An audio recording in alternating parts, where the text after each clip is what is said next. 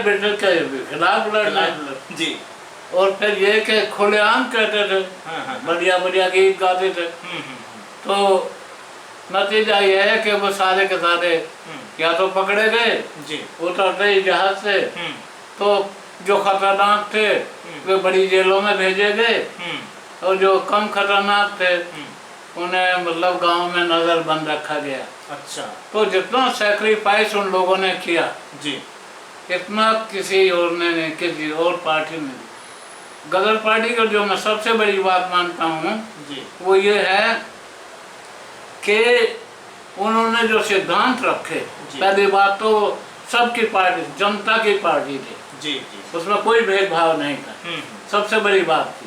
जो हम धर्मनिरपेक्ष की बात करते हैं, अगर शुद्ध रूप से किसी ने किया है तो गदर पार्टी के लोगों ने। अच्छा। जो उनका आश्रम था उसमें हरदयाल भी रहते थे और उसमें मंगू राम नाम का दलित भी रहता था। जी जी। अच्छा। एक साथ खाना, एक साथ पकाना, एक साथ रहना, एक ही अलाउंस $2 का महीने मिलना।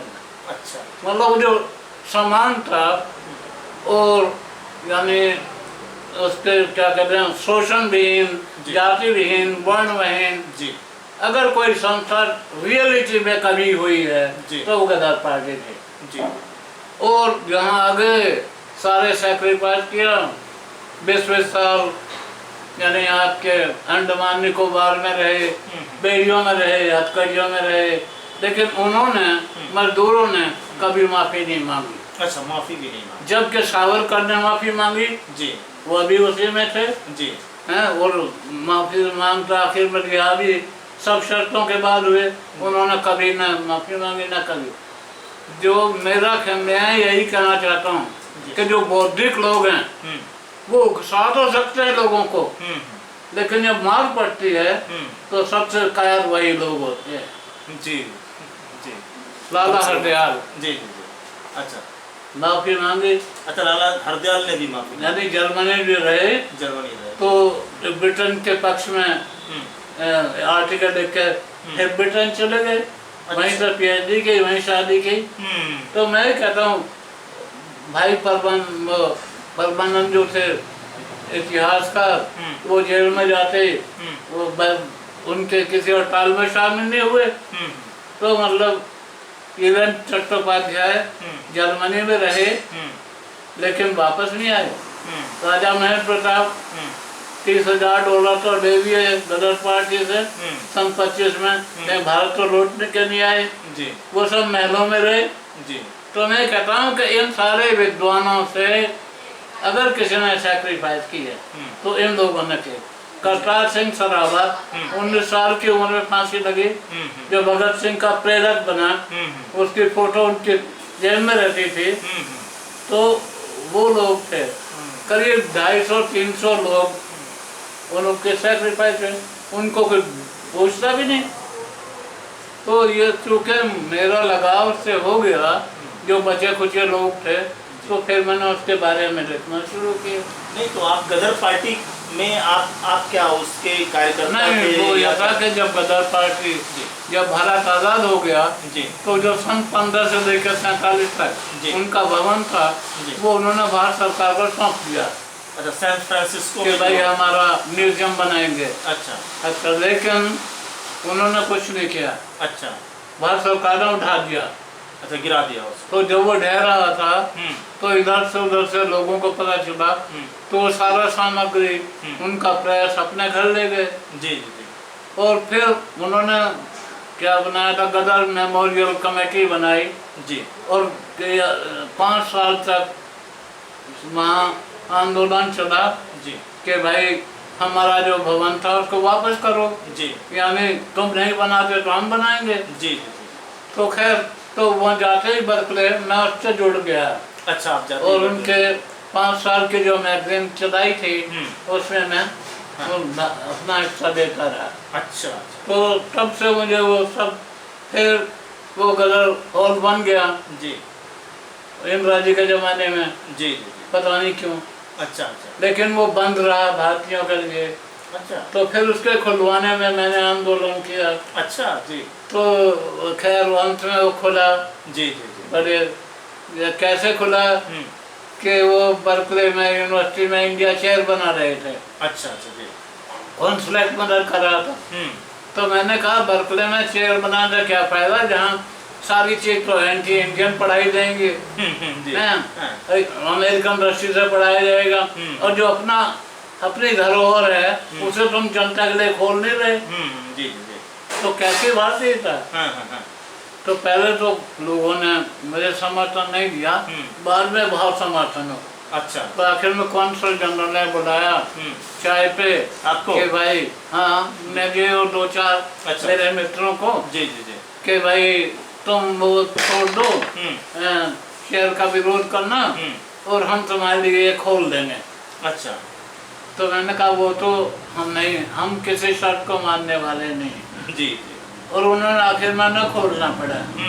अच्छा। तो ये मेरा कंट्रीब्यूशन है, जो भी समझो आप। अच्छा अच्छा। तो तब से लोग मुझे ही गदरी बाबा कहने लगे। अरे भैया, मैं काहे का गदरी बाबा? अच्छा अच्छा। हाँ। मुझ में तो एक लाठी साने की हिम्मत नहीं।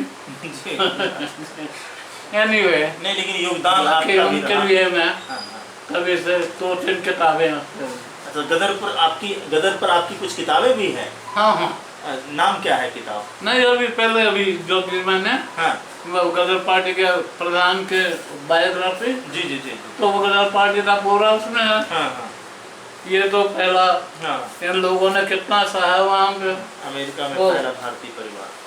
बकना के। हाँ। अच्छा, ये है। इससे पहले भी एक किताब आई थी। हाँ। तो मैंने आपको जोहान्सबर्ग में आपके आए थे ना, हाँ, जोहान्सबर्ग में जमा है। कौन से MP थे वो, तो एक कापी दी थी मैंने उन्हें। अच्छा। हाँ, मैं तो संसद में धूम मचा दूंगा, कोई भी धूम नहीं मचाई। अच्छा अच्छा। चलिए, आपसे मिले नहीं थे वो, मतलब आपने शिकायत की थी मुझसे कि ये ढंग से मिल नहीं रहा यहाँ। हाँ, बिल्कुल बिल्कुल बिल्कुल जी। तो लेकिन मैंने पहली बार देखा जी कि लोग खाता कितना है। यानी इतना सारा हाँ। हिंदुस्तानी खाना भी, अमेरिकन खाना भी, अच्छा। पछता कहाँ से था। एनीवे, वो तो साइड की बात है। जी। तो ये गदर पार्टी से मेरा एक तरह से मोह संदेह। अच्छा अच्छा, ठीक है, ये तो हुआ। फिर आप फिर वहाँ से इंडिया चले आए। कितने साल पहले आए इंडिया? 2011 में मैं भारत चला आया था। जी जी। बस एक दिन निश्चय हुआ, चलो हाँ। हो गया। तो कैसे आपको अपनी मिट्टी ने पुकारा?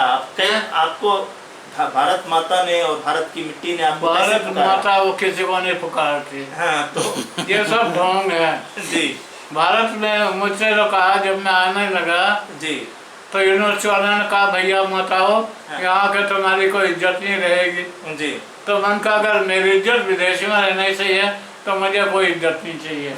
जी। मैं आपके बिना इज्जत जी लूंगा। अच्छा अच्छा। तो इसलिए मुझे कोई परवाह नहीं है, मत दियो कोई तो भी। आप अमेरिका के ग्रीन पास होल्डर हैं क्या? वो बड़ा बड़ा सा जो मिलता है, नागरिकता मिलती है, तो आपने नागरिकता स्वीकार की है या नहीं की है? मैं अमेरिका की जो नागरिकता है, है। मैंने अमेरिका की नागरिकता कभी नहीं ली। कभी नहीं ली? अच्छा।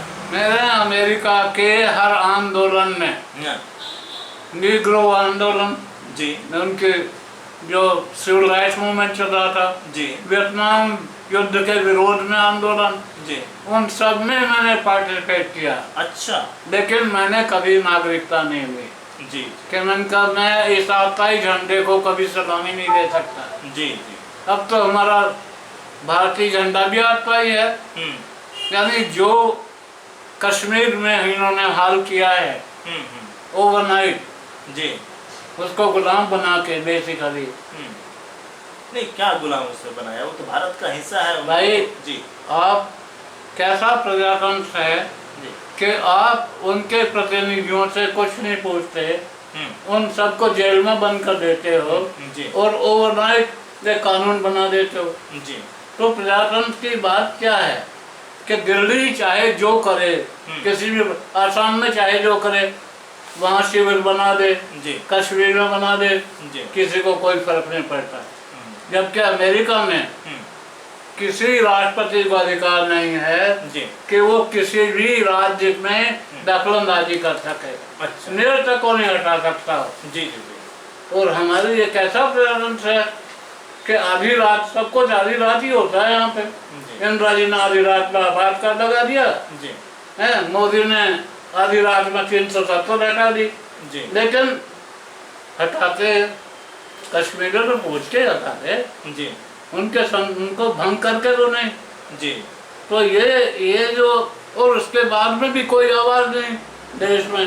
जी तो मैं कहता हूँ हमारी नस नस में कहीं भी प्रजातंत्र नहीं है, दूर दूर। जी अरे एक ब्लैक की हत्या होने से अमेरिका में आंदोलन हो जाता है, जी जी है? और यहाँ पूरे कश्मीर की हत्या हो गई और हम हर्ष से नाच रहे हैं जी कि हाँ बहुत बड़ा काम कर दिया। जी जी अरे 5 लाख के सेना के अंदर में तो कुछ